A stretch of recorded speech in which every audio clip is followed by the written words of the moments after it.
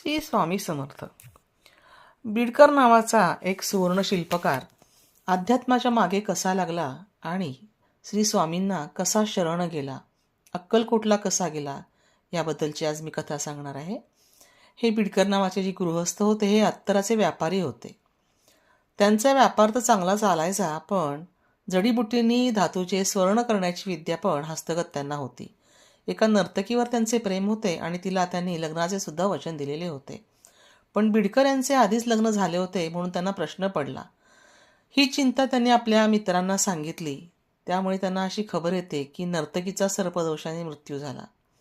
परंतु त्या नर्तकीने सगळ्यांच्या समोर नाचणं बंद करून ह्यांच्याशी लग्नाची इच्छा व्यक्त केली होती. आणि नेमकं असं झालं. त्यावेळेला त्यांना त्यांचा मित्र म्हणाला, ईश्वराने तुमची ह्या नर्तकीपासून सुटका केली आहे. परंतु त्यांना वाईट वाटलं.